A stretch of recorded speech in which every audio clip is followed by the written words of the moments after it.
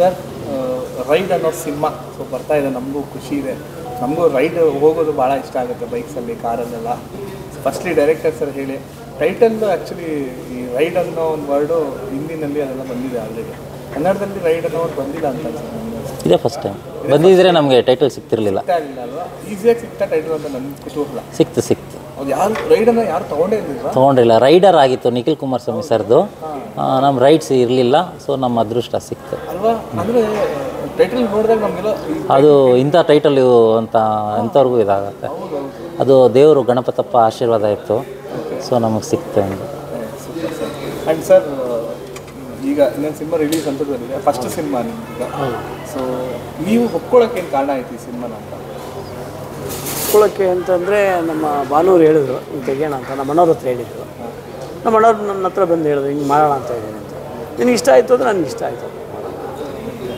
ಮನೆಗೆ ಕೇಳಿರೋದು ಮತ್ತು ಅದು ಇಷ್ಟ ಆಗಿಲ್ಲ ಕತೆ ಬಂದು ಹೇಳೋಕ್ಕೆ ಬಂದರು. ನನ್ನ ಕತೆ ಕೇಳೋ ಅಂಥದ್ದು ಬೇರೆ ಬೇರೆ ಕೆಲಸ ಆಯಿತು, ಹೋಗ್ಬೇಕಾಯ್ತು. ಒಂದೇ ಒಂದು ಸಾಂಗ್ ಹಾಕಿ ಆ ಸಾಂಗ್ ಹಾಕಿ ಕೇಳಿಸ್ರು. ಸಾಂಗ್ ತುಂಬ ಇಷ್ಟ ಆಯಿತು. ಸರಿ ಆಯಿತು, ರೆಡಿ ಮಾಡ್ಕೊಳ್ಳಿ.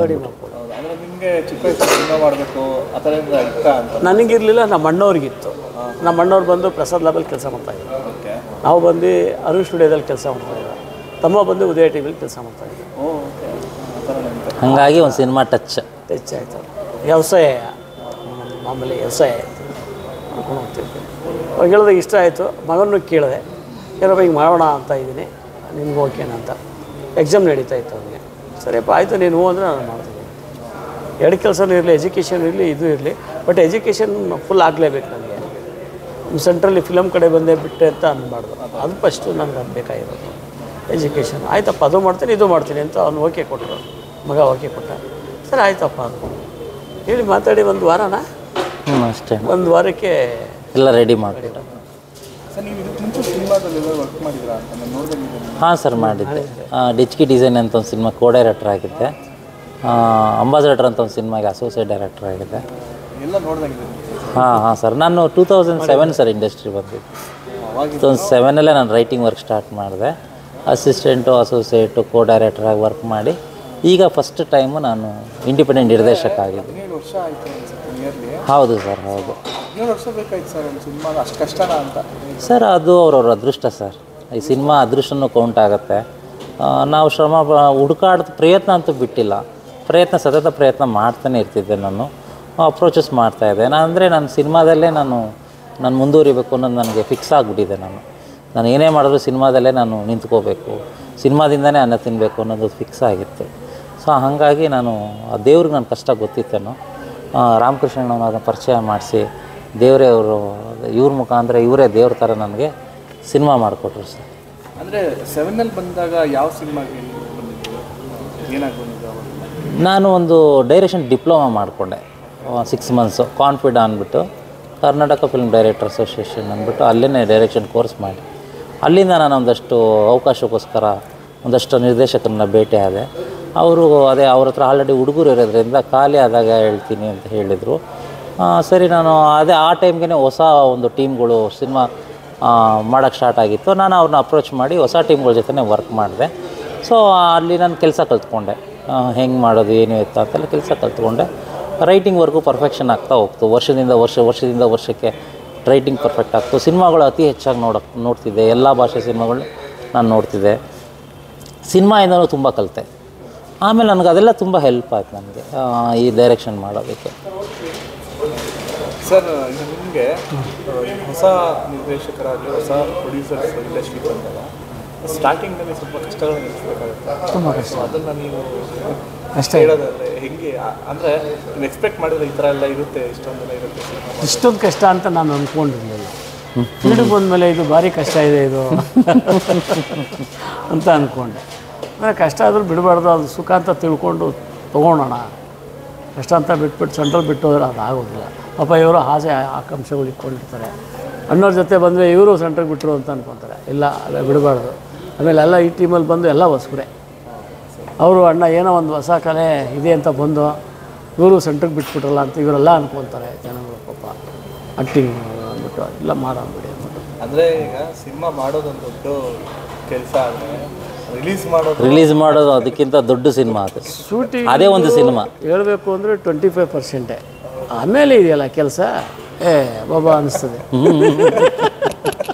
ಅಂದರೆ ಇದಕ್ಕೆ ಮೇನಾಗಿ ನಿಂತ್ಕೊಂಡು ಇವ್ರಿಗೆ ಆಪ್ಷನ್ ಕೊಟ್ಬಿಟ್ಟಿದೆ ನೋಡಿ ಭಾನುವರೆ, ನಂದು ಕೆಲಸ ಬೇರೆ ಬೇರೆ ಕೆಲಸ ಇದೆ, ನಾನು ಇದರಿಂದ ಬರೋಕ್ಕಾಗಲ್ಲ, ಟೋಟಲಿ ಕೆಲಸ ನಿಮ್ಮದು ಅಂತ ನೀವು ಮಾಡ್ಕೊಳೋದು. ಅಂದರೆ ಎಲ್ಲ ಇವರೇ ಮಾಡ್ಕೊಳ್ಳೋದು. ಏನೋ ಒಂದು 25% ನಾನು ಬಂದಿರಬೇಕಷ್ಟೇ, ಇದು 75% ಎಲ್ಲ ಇವ್ರದೇ ಕೆಲಸ. ಫಸ್ಟ್ ಕಾಪಿವರೆಗೂ ನಾನು ವರ್ಕ್ ಮಾಡಿದೆ ಅಷ್ಟೇ. ಆಫ್ಟರ್ ಫಸ್ಟ್ ಕಾಪಿ ನಾನು ಪಬ್ಲಿಸಿಟಿ ಪ್ರಮೋಷನ್ ರಿಲೀಸ್ ನಾನು ಎಲ್ಲೂ ಇನ್ನೂ ಇಂಟ್ರ್ಯಾಕ್ಟ್ ಆಗಿರಲಿಲ್ಲ. ಸೊ ಇದು ನನಗೆ ಎಲ್ಲ ಒಂದು ಹೊಸ ಕಲಿಕೆ. ಶೂಟಿಂಗ್ ತೆಗಿಬೇಕಾದ್ರೆ ಅವ್ರಿಗೆ ತೊಂದರೆ ಕೊಡೋರು ಬರ್ತಾರಲ್ಲ, ಅವಾಗ ಅಣ್ಣ ಹಿಂಗೆ ಯಾವ ಏರಿಯಾದಲ್ಲಿ ಇದೆಯಾ ಅಂತ ಅಲ್ಲಿ ಯಾರೋ ಬರ್ತಾರೆ, ಫೋನ್ ಕೊಡಲ್ಲಿ ಅಂತಿದೆ ಅಷ್ಟೇ. ಫೋನ್ ಕೊಟ್ಟರೆ ಕೆಲಸ ಮುಗಿಸ್ಕೊಂಡು ಸೀದಾ ನೆಟ್ಗೆ ಹೋಗ್ತಾರೆ. ಅಲ್ಲಿ ಶೂಟಿಂಗ್ ಆಗ್ಬಿಡೋದು. ಯಾವುದೇ ಅಡೆತಡೆ ಸಮಸ್ಯೆ ಬಂದರೆ ನಾನು ಅಣ್ಣವ್ರು ಒಂದು ಫೋನ್ ಮಾಡಿಸ್ಬಿಡ್ತೀನಿ. ಫೋನ್ ಮಾಡಿದ್ರೆ ಸರ್ ಈ ಥರ ಒಂದು ಸಮಸ್ಯೆ ಆಗ್ತಿದೆ ಅಂತಂದಾಗ ಇಮ್ಮಿಡಿಯೇಟಾಗಿ ಹ್ಯಾಂಡ್ಲ್ ಮಾಡಿಬಿಡೋರು. ಹ್ಯಾಂಡ್ಲ್ ಮಾಡೋದು. ಹಾಗಾಗಿ ಏನೂ ನಮ್ಗೆ ಸಮಸ್ಯೆ ಆಗಲಿಲ್ಲ. ನೈಟೆಲ್ಲ ತೆಗ್ದಿದ್ದೀವಿ, ಡೇ ಆ್ಯಂಡ್ ನೈಟ್. ರಾಮೋಳಿ ಅಕ್ಕ ಇಲ್ಲ, ರಾಮೋಳಿ ಸುತ್ತಮುತ್ತ ನಿಮಗೆ ಚಿಕ್ಕಮಗಳೂರು, ದಕ್ಷಿಣ ಕನ್ನಡ ಜಿಲ್ಲೆ, ದಾಂಡೇಲಿ ಫಾರೆಸ್ಟು, ಆಮೇಲೆ ಯಾವುದು ಗೋಕರ್ಣ, ಮುರುಡೇಶ್ವರ, ಸಿನಿಮಾ ರೈಡ್ ಮಾಡ್ಕೊಂಡೇ ಶೂಟ್ ಆಗಿರೋದು. ನೀವು ಆ ಸಿನಿಮಾ ನೋಡಿದ್ರೆ ಗೊತ್ತಾಗುತ್ತೆ ಎಷ್ಟು ತುಂಬ ಪ್ಲೇಸಸ್ ಕವರ್ ಮಾಡಿದ್ವಿ. ಆ್ಯಂಡ್ ಸರ್ ಥಿಯೇಟರ್ದೆಲ್ಲ ಹೆಂಗೆ ಸರ್ ರೆಸ್ಪಾನ್ಸ್ ಹೆಂಗೆ ಹೊಸ ಸಿನಿಮಾ ಅಂತಂದರೆ? ನಮ್ಮ ಇಲ್ಲ ಜಗದೀಶ್ ರೆಡ್ಡಿ ಅವರು ಪಾಪ ತುಂಬ ಜಗದೀಶ್ ರೆಡ್ಡಿ ಅವರು ಮತ್ತು ಸತ್ಯಪ್ರಕಾಶ್ ತುಂಬ ಹೆಲ್ಪ್ ಮಾಡಿ. ರಾಮಾರಾಮರಿ ಡೈರೆಕ್ಟರ್ ಇದ್ದಾರಲ್ಲ, ಸೊ ಅವರು ಮತ್ತು ಜಗದೀಶ್ ರೆಡ್ಡಿ ಅವರು ಸತ್ಯ ಸೈನ್ಸ್ ಡಿಸ್ಟ್ರಿಬ್ಯೂಷನ್ ಅಂದ್ಬಿಟ್ಟು ಇಟ್ಕೊಂಡಿದ್ದಾರೆ. ಜಯನಗರದಲ್ಲಿ ಆಫೀಸ್ ಇದೆ. ಸೊ ಅವರು ನಮಗೆಲ್ಲ ಚೆನ್ನಾಗಿ ಸೆಟ್ ಮಾಡಿಕೊಟ್ಟಿದ್ದಾರೆ. ನಮ್ಮ ಲಕ್ಕಿ ನರ್ತಕಿ ಥಿಯೇಟ್ರ್ ನಮ್ಗೆ ಸಿಕ್ಕಿದೆ. ಸೊ ನಾನು ನರ್ತಕಿ ಥಿಯೇಟ್ರವ್ರಿಗೆ ಕೃತಜ್ಞತೆ ಹೇಳ್ತೀನಿ. ಅವ್ರ ಧನ್ಯವಾದಗಳು ನನಗೆ ನನ್ನ ಕಡೆ. ನರ್ತಕಿ ಥಿಯೇಟ್ರ್ ಫಿಕ್ಸ್ ಆಗಿದೆ. ಸೊ ಒಂದು ಹೊಸ ಟೀಮ್ಗೆ ಅವ್ರ ಸಪೋರ್ಟ್ ನಾನು ತುಂಬ ನೆನೆಸ್ಕೊತೀನಿ. ಆ್ಯಂಡ್ ಸಿನಿಮಾ ಕಥೆಗೆ ಬರೋದಾದರೆ ಏನು ಸರ್ ಆ್ಯಕ್ಚುಲಿ ಸಿನಿಮಾ ಏನು ಲೈನ್ ಸರ್ ಇದು ಏನಂದರೆ, ಒಂದು ಇಬ್ಬರು ಪ್ರೇಮಿಗಳು ಮದುವೆ ಮುಂಚೆ ಒಂದು ರೈಡ್ ಬರೋಣ ಅಂತ ಹೋಗ್ತಾರೆ. ಅಷ್ಟರಲ್ಲೇ ಒಂದು ಅವಘಡ ನಡೆಯುತ್ತೆ. ಸೊ ಅದರಿಂದ ಮದುವೆ 10 ಡೇಟು. ಇದರಿಂದ ಅವರು ಡೇಂಜರಸ್ ಝೋನಿಂದ ಆಚೆ ಬರಬೇಕು. ಆ ಝೋನಿಂದ ಹೆಂಗೆ ಆಚೆ ಬರ್ತಾರೆ, ಹೀರೋ ಹೆಂಗೆ ಅದನ್ನು ಭೇದಿಸ್ತಾನೆ ಅನ್ನೋದೇ ಕತೆ. ಅದರಲ್ಲಿ ಒಂದು ಹಾರರ್ ಝಲಕ್ ಇರುತ್ತೆ, ಸಸ್ಪೆನ್ಸ್ ಇದೆ, ಥ್ರಿಲ್ಲಿಂಗ್ ಇದೆ, ರಿವೆಂಜ್ ಇದೆ, ಒಂದು ತುಂಬ ಆಲ್ಮೋಸ್ಟ್ ಎಲ್ಲ ಕಾಂಟೆಂಟ್ಸ್ ಇದೆ. ಕಾಮಿಡಿ ಇದೆ, ಕಾಲೇಜ್ ಸ್ಟೋರಿ ಇದೆ. ಔಟ್ ಆ್ಯಂಡ್ ಔಟ್ ಇದು ಒಂದು ಪ್ಯಾಕ್, ಇದು ಕಂಪ್ಲೀಟ್ ಪ್ಯಾಕ್ ಸಿನಿಮಾ ಇದು. ಎಷ್ಟು ಥಿಯೇಟ್ರಲ್ಲಿ ರಿಲೀಸ್ ಆಗ್ತದೆ? ಒಂದು 35 ಸಿಂಗಲ್ ಸ್ಕ್ರೀನ್ ಸಿಕ್ಕಿದೆಯಾ ಇಲ್ಲ ಹಿಂಗೆ ಮಾಲ್ಸ್? ಇಲ್ಲ, ಓವರಾಲ್ 70 ಮೇಲಿದೆ. 30 ಸಿಂಗಲ್ ಸ್ಕ್ರೀನೇ ಅರೌಂಡ್ 30 ಮೇಲೆ ಸಿಕ್ಕಿದೆ.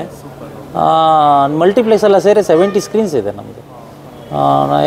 ನಾವು ಎಷ್ಟು ಅರೌಂಡ್ ಒಂದು UFO ಕ್ಯೂಬ್ಗೆ ಬೇಜಾನ್ ಕಟ್ಟಿದ್ದೀವಿ ನಾವು. ಅಲ್ಲ ಟೋಟಲಿ ಆಲ್ರೌಂಡು 75 ಮೇಲೆ ಆಗುತ್ತೆ. ನೀವು ಶುಕ್ರವಾರ ಪೇಪರ್ ನೋಡಿ, ಇನ್ನೂ ಬರ್ತಾ ಇದೆ, ನಾವು ಸಾಕೊಂಡ್ಬಿಟ್ಟಿದ್ದೀವಿ. ಸ್ವಲ್ಪ ಅದು ಎಲ್ಲ ಪಬ್ಲಿಸಿಟಿ ಇದೆಲ್ಲ ನೋಡಿ ಇವಾಗ ರೆಸ್ಪಾನ್ಸ್ ಬರ್ತಾ ಇದೆ ತುಂಬ ಚೆನ್ನಾಗಿ. ನಮಗೆ ಥಿಯೇಟ್ರ್ ನಾವು ಹಾಕೋತೀವಿ ಅಂತಂದರೆ ನಾವು ನೋಡ್ಕೊಂಡು ಜನರ ರಿಯಾಕ್ಷನ್ಸ್ ನೋಡಿಕೊಂಡು ಆಮೇಲೆ ಇದು ಮಾಡ್ಕೊಳ್ಳೋಣ. ಇವಾಗಲೇ ಸಾಕಾಗಿದೆ. ನಾವೇನು ಏನಿದ್ರು ಜನರ ಕೈಗೆ ಬಿಟ್ಟಿದ್ದೀವಿ. ಜನರು ನಾವು ಆಶೀರ್ವಾದ ಮಾಡಿದ್ರೆ ಟ್ರಿಬ್ಬಲ್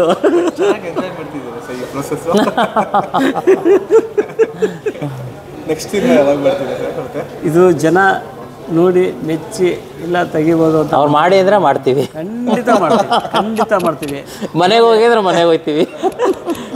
ಇಲ್ಲ ಏನು ಅಂದರೆ ಮುಖ್ಯ ಅಲ್ವಾ ಸರ್? ಹೊಸವರೆಲ್ಲ ಇರ್ತಾರಲ್ಲ ಪಾಪ, ಅವ್ರಿಗೂ ಆಸೆ ಆಕಾಂಕ್ಷೆಗಳು ಇರುತ್ತೆ. ಅಯ್ಯೋ ಅವ್ರ ತಂದೆ ತಾಯಿಗೂ ಅನ್ಸೋದು ನನ್ನ ಮಗ ಇಂಥದ್ದು ಒಂದು ಟಿ ವಿಲಿ ಯಾವ ಥರ ಒಂದು ದಿವಸ ಮುಖ ತೋರಿಸೋದು ಸಾಕಪ್ಪ ಅಂತ. ಅವರೆಲ್ಲರೂ ಬಂದಂಗೆ ಆಯ್ತಾ, ಅವ್ರಿಗೂ ಒಂದು ಫೀಲ್ಡಿಗೆ ಬಂದಂಗೆ ಅವ್ರಿಗೂ ಒಂದು ಖುಷಿ ಆಯಿತು, ಅವ್ರ ತಂದೆ ತಾಯಿಗೂ ಒಂದು ಖುಷಿ ಆಯಿತು, ನಮಗೂ ನಾವು ಒಂದು ಫಿಲಮ್ ತೆಗೆದ್ವಲ್ಲ ಅನ್ನೋದು ನಮಗೂ ಒಂದು ಖುಷಿ ಆಯಿತು. ಅದು ಇನ್ನು ಮಿಕ್ಕಿದ್ದು ಜನ ಮೆಚ್ಚಬೇಕು. ಜನ ಒಪ್ಕೊಂಡ್ರೆ ನಾವಂತೂ ಖಂಡಿತ ತೆಗಿಯಕ್ಕೆ ನಡೆಯುತ್ತೆ. ಮೋರ್ ಆ್ಯಂಡ್ ಮೋರು ನಾವು ಎಂಟರ್ಟೈನ್ಮೆಂಟ್ ಕೊಡಬೇಕು ಅಂತಲೇ ಹೌದು ನಾವು ಮಾಡಿರೋದು ಸಿನಿಮಾ ಇದು. 100 ರೂಪಾಯಿ ಕೊಟ್ಟವ್ರು ಪಾಪ 100 ರೂಪಾಯಿಗೆ ಎಷ್ಟೋ ಕಷ್ಟ ಇರುತ್ತೆ. ಆ 100 ರೂಪಾಯಿ ಕೊಟ್ಟು ಅವ್ರು ಬಂದಾಗ ಅವ್ರು ನಿರಾಶೆ ಮಾಡಬಾರ್ದು ಸರ್. ಹೌದು, ಆದಷ್ಟು ಮಹಾಪಾಪ ಯಾವುದೂ ಇಲ್ಲ. ಸೊ ಅವ್ರಿಗೆ ಎಂಟರ್ಟೈನ್ಮೆಂಟ್ ಅಂತೂ ಅದ್ಭುತಕ್ಕೆ ಸರ್. ಈ ಸಿನಿಮಾ ಒಂದು ನಾವು ಚಿಕ್ಕದಾಗೆ ಮಾಡಿರ್ಬೋದು, ಒಂದು ರಸಮೆ ಮಾಡಿದರೂ ಕೂಡ ಟೇಸ್ಟಾಗಿ ಕೊಡ್ತೀವಿ. ಆಮೇಲೆ ಸರ್ ಇದು ಅಂದರೆ ಈಗ ಸಿನಿಮಾ ಈಗ ರಿಲೀಸ್ ಅಂತದಲ್ಲಿದೆ, ಸೊ ಒಂದು ಕನ್ಫ್ಯೂಷನ್ಸ್ ಎಲ್ಲ ಇರುತ್ತೆ ಮೈಂಡಲ್ಲಿ, ಸೊ ಅದೇ ರೀತಿಯ ಏನಿಲ್ಲ ಸರ್, ಕನ್ಫ್ಯೂಷನ್ಸ್ ಕನ್ಫ್ಯೂಷನ್ಸ್ ಇದೆ. ಏನಿಲ್ಲ ಸರ್, ಏನಿಲ್ಲ. ಜನ ಒಳ್ಳೆ ಸಿನಿಮಾ ಗೆಲ್ಲಿಸಿದ್ದಾರೆ, ಸೊ ನಮ್ಮನ್ನು ಗೆಲ್ಲಿಸ್ಕೊಡ್ತಾರೆ. ಗಣಪತಪ್ಪ ಆಶೀರ್ವಾದ ಇದೆ, ಅವರಿದ್ರೆ ನಿಮಗೆ ಗೊತ್ತು, ಅವರು ಜನರ ಮುಖಾಂತರ ಅವರು ಆಶೀರ್ವಾದ ಕೊಡ್ತಾರೆ ಅಂತ ನಮ್ಗೆ ಆಲ್ರೆಡಿ ಮಹಾಬಲೇಶ್ವರದಲ್ಲಿ ಒಂದು ಸೂಚನೆ ಸಿಕ್ಕಿದೆ. ಗಣಪತಪ್ಪ ನಮ್ಗೆ ಹಿಂಗೆ ಬಲಗಡೆನ ಹೂವು ಕೊಟ್ಟರು. ನಮ್ಮ ಸಿನಿಮಾ ಏನು ತಂದೆ ಅಂತ ಕೇಳ್ಕೊಂಡು ಅವ್ರು ಶೂಟಿಂಗ್ ಮುಗಿಸ್ಕೊಂಡು ಹೋಗಿದ್ದು. ಅವಾಗ ಆತು ಕುಂಬಳಕಾಯಿ ನಮಗೆ ಕುಳ್ಳೂರು ಮುಖಾಂಬಕ್ಕೆ ತಾಯಿ ಆಶೀರ್ವಾದ ಮಾಡಿದ್ದಾರೆ. ಕುಂಬಳಕಾಯಲ್ಲಿ ಕೊನೆ ದಿನ ನಮ್ಮ ಗಣಪತಪ್ಪ ನಮ್ಗೆ ಆಶೀರ್ವಾದ ಹೂವನ್ನೇ ಕೊಟ್ಟು ನಮಗೆ ನಾನಿದ್ದೀನಿ ಹೋಗ್ರೋ ಅಂತ ಆಶೀರ್ವಾದ ಕೊಟ್ಟಿದೆ. ಆಮೇಲೆ ನಮ್ಮದು ವರಸಿದ್ದಿ ವಿನಾಯಕ ಪ್ರೊಡಕ್ಷನ್, ಇದರಲ್ಲಿ ಓಪನಿಂಗ್ ನಮ್ಮದು ಸಿ ಜಿನೇ ಸೂಪರ್ ಆಗಿದೆ. ಗಣಪತಿನ ಮುಳುಗಿಸಿದ್ರೆ ನಾವು ಎದುರಿಸಿದ್ದೀವಿ ಸಮುದ್ರದಲ್ಲಿ. ಓಕೆ. ಆ್ಯಂಡ್ ಸರ್ ನಿಮಗಿದೆಲ್ಲ ಗೊತ್ತಿತ್ತ ಪ್ರೋಸೆಸ್ಸು? ಇಷ್ಟೊಂದು ಚಾನಲ್ ಇಂಟರ್ವ್ಯೂ ಕೊಡ್ಬೇಕು, ನಾನು ಈ ಥರ ಮಾತಾಡ್ಬೇಕು, ನನ್ನ ಕನ್ಸು ಮನ್ಸಲ್ಲ ಇದೇನು ನಾನು ಹೇಳಿದ್ದು ಹೇಳ್ಬೇಕು ಅಂತ ಅವ್ರಿಗೆ ತಲೆ ಕೆಟ್ಟೋಗಿದೆ. ಕನ್ಸು ಮನ್ಸಲ್ಲ ಅಂದ್ಕೊಂಡಿದ್ರು. ಅದಕ್ಕೆ ಹೇಳೋದು ಬೇಡ ಅಂತ ಫ್ರಸ್ಟ್ರೇಷನ್ ಆಗಿರೋ ಕ್ವಶನ್ಸ್ ಕೇಳ್ತೀನಿ. ಕರೆಕ್ಟ್ ಅದು ಅಲ್ಲ. ಇನ್ನೊಂದು ಏನೇ ಕಷ್ಟವಾದ ಕೇಳಿದ್ರೆ ನಮಗೂ ಹೇಳಕ್ಕೆ ಬರಲ್ಲ, ಯಾಕೆಂದರೆ ಫಸ್ಟ್ ಫಿಲಮ್ ಬಂದಿರೋದು. ಎರಡನೇ ಫಿಲಮ್ಗೆ ಬೇಕಾದ್ರೆ ನೀವು ಹೆಂಗೆ ಹೇಳೋದು ಹಂಗೆ ಬರ್ತೀವಿ. ಹೌದು, ಕರೆಕ್ಟ್. ಫಸ್ಟ್ ಅಲ್ವಾ. ನಾನು ಮಾನವಿಗೆ ಹೇಳಿದ್ದೆ, ನಾನು ಹೊಸ ಅನುಭವ. ಕೇಳಪ್ಪ ನೀನು ಕಡಿಮೆ ಕ್ವಶನ್ ಕೇಳಿ ನನ್ನ, ಅದಕ್ಕೆ ನಾನು ನಿಮ್ಗೆ ಜಾಸ್ತಿ ಕೇಳ್ತಾ ಇದ್ದೀನಿ. ಬಟ್ ಎಂಜಾಯ್ ಮಾಡ್ತಿದ್ದೀರಾ ಎಲ್ಲ? ಈ ಓಲ್ಡ್ ರೈಟ್ ಟೀಮೇ ಒಂದು ಎಂಜಾಯ್. ಜೀವನದಲ್ಲಿ ಎಂಜಾಯ್ ಇರಬೇಕು. ಬರೋವಾಗ ಏನು ತೊಗೊಂಬಂದಿಲ್ಲ, ಹೋಗೋವಾಗ ಏನು ತೊಗೊಂಡು ಹೋಗಲ್ಲ. ಬಂದು ಹೋಗೋ ಇನ್ನು ನಡುವೆಯಲ್ಲಿ ಜನಕ್ಕೆ ಖುಷಿ ಪಡಿಸ್ಬೇಕು, ಸಂತೋಷ ಪಡಿಸ್ಬೇಕು, 4 ಜನಕ್ಕೆ ದಾನ ಧರ್ಮ ಮಾಡಬೇಕು ಅಂತ ಅವರ ಧ್ಯೇಯ. ನನ್ನ ಅನಿಸಿಕೆ ಇದೆ. ನನ್ನಲ್ಲಿ ಈ ಸಿನಿಮಾದಲ್ಲೂ ಅಷ್ಟೇ, ಈ ಸಿನಿಮಾದಲ್ಲಿ ಒಳ್ಳೆ ಲಾಭ ಬಂದರೆ ಅವರು ಸೋಷಿಯಲ್ ಸರ್ವಿಸ್ ಬೇರೆ ಲೆವೆಲ್ ಇರುತ್ತೆ. ಇವಾಗೇನು ಅವರು 2 ಲಕ್ಷ ಕೊಡ್ತಿದ್ರೆ 20 ಲಕ್ಷ ಕೊಟ್ಬಿಡ್ತಾರೆ, ಆ ಥರ ಕೊಡೋ ಕೈ ಇದೆ.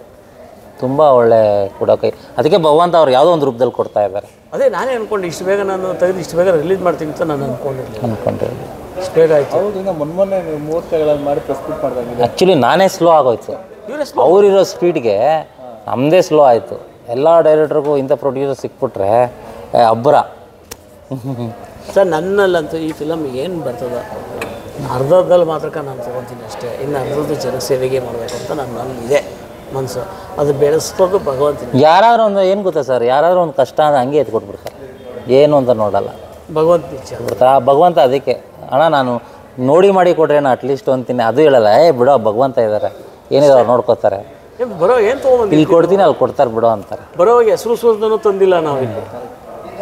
ಸೆಂಟ್ರಲ್ ಎಸಿಟ್ಟಿರೋದು ತಾಯಿ ತಂದೆ. ಇನ್ನೂ ಒಂದು ಹೇಳ್ತಾರೆ ಅಲ್ವಾ ಅಣ್ಣ, ನೀವು ಇರೋದು ತಿನ್ನೋದಿಷ್ಟು ಅನ್ನಕ್ಕೆ ಅಷ್ಟೇ ಹೇಳಿ ಅಣ್ಣ ಡೈಲಾಗು. ಏನು ಉದ್ದ ಹೊಟ್ಟೆಗೆ ತಿನ್ನೋದಿಷ್ಟು ಊಟಕ್ಕೆ ಏನಕ್ಕೆ ಎವಿ ತೊಗೊಬೇಕು.